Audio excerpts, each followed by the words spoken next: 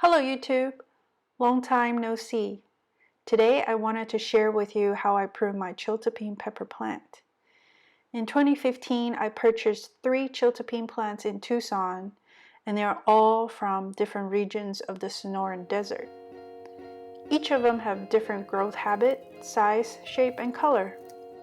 The one I'm pruning today is from the Arizona and Texas region.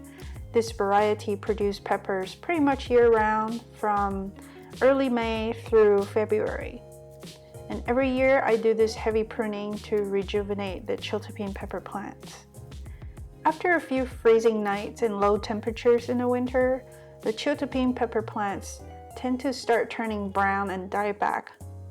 I usually wait till end of February or early March to do this kind of heavy pruning.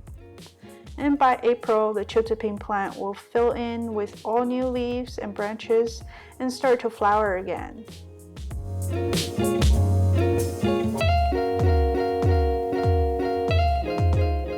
Chiltepin is easy to grow as long as you provide a good microclimate by placing them underneath a taller plant that can provide wind and cold protection. Moringa and Palo Verde are 2 good options. At the end of the video, you'll see how much of the branches I've removed. Don't be afraid to prune. Some plants need these yearly pruning to rejuvenate, especially pepper plants.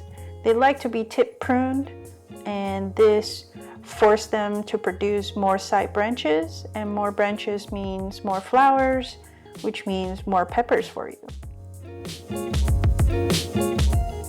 This 3 feet tall by 5 feet wide Chiltepin pepper plant gets pruned back to about 10 inches tall and wide every year. You can purchase a variety of Chiltepin seeds from Native Seed Search in Tucson. The pepper in my video has a very similar size and shape to the Texas strain on their website. I will include a link for you to check out their online store.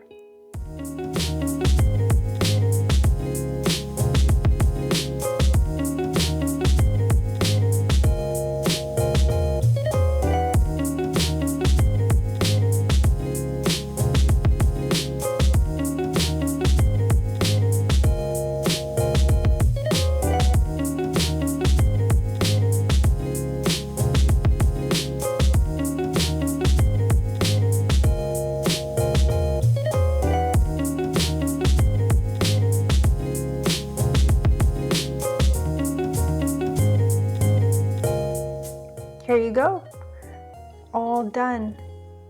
So this is what I do every year to all my Chiltepin pepper plants. You can see we have removed a lot of old growth, and all these were grown from April last year. So don't be afraid to prune your Chiltepin or your pepper plants, especially in our mild winter climate. Thanks for watching. Happy gardening.